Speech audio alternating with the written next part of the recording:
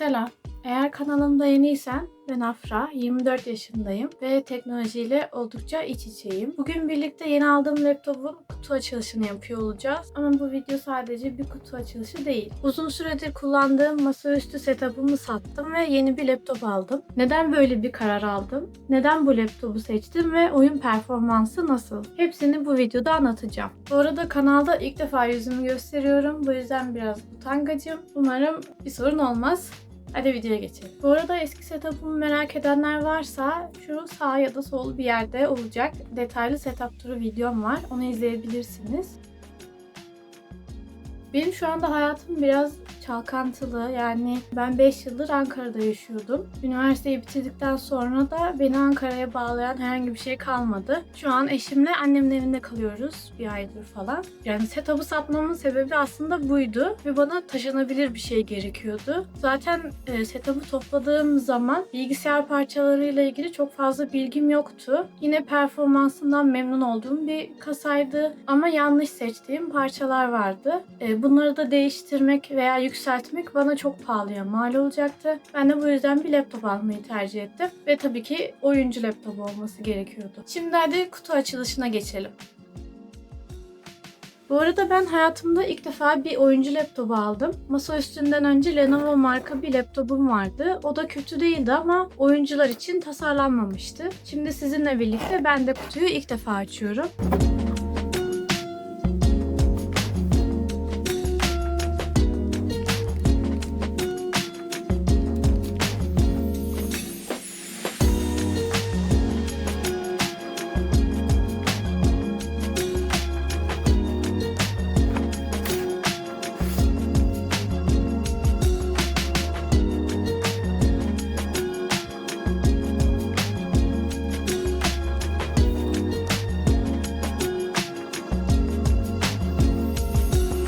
Gördüğünüz gibi laptopun üstünde çok şık bir şekilde Nitro'nun N'si işlenmiş.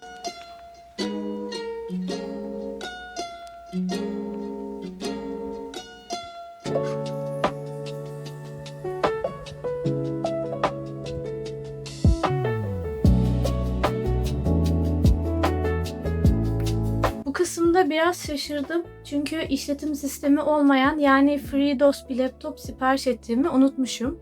Hemen başka bir bilgisayardan Windows'u flash belleğe indirdik ve yeni laptopa taktık. Şarj, HDMI ve Type-C girişleri arka kısımda bulunuyor. Sol tarafta internet girişi, bir adet USB girişi, microSD ve kulaklık girişi mevcut. Sağ tarafında ise 2 adet USB girişi var. Laptopun kasasına baktığımızda olumsuz olan tek şey parmak izi kalıyor olması. Klavyenin tasarımına bayıldım. Özellikle RGB ışıkları çok hoş gözüküyor. Laptop açılır açılmaz güncellemelere baktım ve çok fazla güncelleme vardı. Hepsini tamamladıktan sonra YouTube'dan kısa bir ses testi yaptım. Ekranın renkleri de çok canlı. Özelliklerinden birazdan daha detaylı bahsediyor olacağım. Steam, Epic Games, CapCut gibi programları yükledim. Çünkü bu laptopu edit yaparken bol bol kullanacağım. Merak edenler için laptopun biraz teknik özelliklerinden bahsedeceğim. Eğer ilgilenmiyorsanız bu kısmı geçebilirsiniz. Aldığım model Acer Nitro 5 16S AI. Buradaki 16S ifadesindeki S, slim yani daha ince ve taşınabilir bir kasa anlamına geliyor. İşlemci tarafında AMD Ryzen 7 260 tercih edilmiş. Temel frekansı 3.2 GHz, ihtiyaç olduğunda ise 4.6'ya kadar çıkabiliyor. Günlük kullanımda da, oyunlarda da oldukça güçlü bir işlemci. Ekran kartı olarak RTX 5060 tercih edilmiş ve 8 GB VRAM ile geliyor. 85 Watt güç değerine sahip. Bu da hem oyun performansı hem de video düzenleme, render gibi yaratıcı işler için fazlasıyla yeterli bir güç sunuyor. Laptopta DDR5 16 GB RAM ve 512 GB SSD bulunuyor. Mekanik hard disk yok ama zaten yeni laptoplarda SSD standart haline geldi diyebiliriz. Hız açısından da büyük bir avantaj. Ekran tarafı benim için çok önemliydi. Bu modelde 16 inç 2 UHD yani 2K çözünürlüklü IPS panel ve 180 Hz yenileme hızına sahip bir ekran var. Hem oyun oynarken hem de içerik tüketirken gerçekten farkını hissettiriyor. Benim bu laptopu tercih etme sebeplerim şunlar. Yeni nesil donanımlara sahip olması, ince ve nispeten hafif bir laptop olması, hem oyun hem de yaratıcı işler için güçlü bir performans sunması. Özellikle masaüstü bilgisayardan sonra bu laptop bana gerçekten ilaç gibi geldi. Soğutma tarafında ise laptop dual fanlı bir sistemle geliyor. Laptopun zaten güçlü bir donanımı var. Bu yüzden dual fan olması da önemliydi benim için ve bu sayede çok da ısınmayacaktı aslında. Şimdi gelelim oyun kısmına, hepimizin merak ettiği kısım. Ben bu videoda Witcher 3 ve Rise of the Tomb Raider oyunlarını deneyeceğim. Başka oyunlarda nasıl performans gösterdiğini de merak ederseniz eğer ilerleyen videolarda bunlar da gelecek. What do you know about them? A sect, ancient and secretive. They believe themselves to be doing the work of God. From what I've seen, they're pretty far from holy.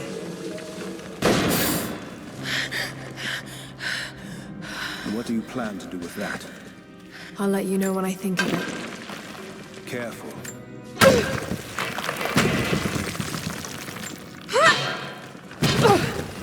They'll have heard that.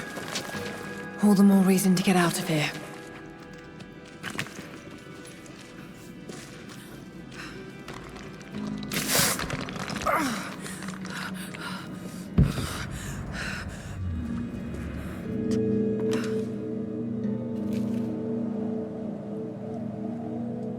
Is there a way out? No, but I found something that might be useful.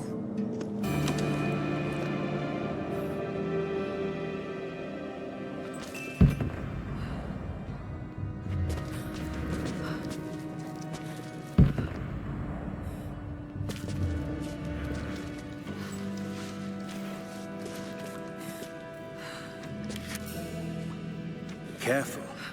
We don't want to attract attention.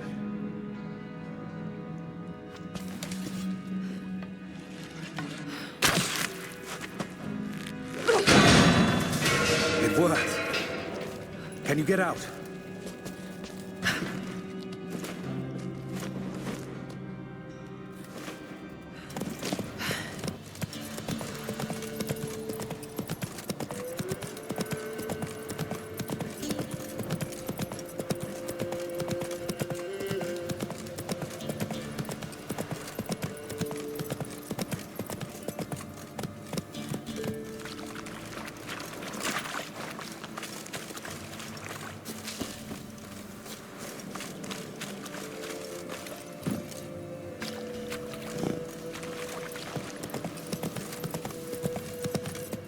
My sweet boy, have mercy.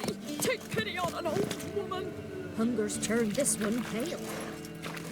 Ben oyunlar sırasında herhangi bir drop yaşamadım. Fan sesi tabii ki duyuluyor, laptop çünkü bu. Ama fazla rahatsız edici değil. Peki bu laptop kimler için uygun? 1. Hem iş hem oyun isteyenler. Eğer hem günlük işler hem de benim gibi içerik üretiyorsanız, ara sıra da oyun oynayayım diyorsanız bu laptop size göre. Oyunlar oldukça akıcı, sekmeler arası geçiş gayet hızlı ve ben şimdiye kadar yani bir 2 haftadır falan kullanıyorum bu laptopu. Ben hiçbir sıkıntı yaşamadım, hiçbir donma yaşamadım. 2. Taşınabilirlik arayanlar. Benim gibi sabit bir masaüstü yerine yanınızda her yere götürebileceğiniz ama güçlü olan bir laptop istiyorsanız bu laptop yine size göre. Taşınabilirliği ve inceliği günlük hayata oldukça uyum sağlıyor ve bu da sizin günlük işlerinizi oldukça kolaylaştırıyor. Bu laptopu çantanıza koyup kafede, okulda veya kütüphanede nerede isterseniz orada kullanabilirsiniz. Peki bu laptop kimler için uygun değil? Eğer e-sporcuysanız veya bütün oyunları en ultra ayarlarda oynayayım, 4K oynayayım diyorsanız, yani ultra hardcore bir oyuncuysanız bu laptop size göre olmayabilir. Size kasalı bir bilgisayar tavsiye ederim. Eğer amacınız sadece profesyonel oyun oynamaksa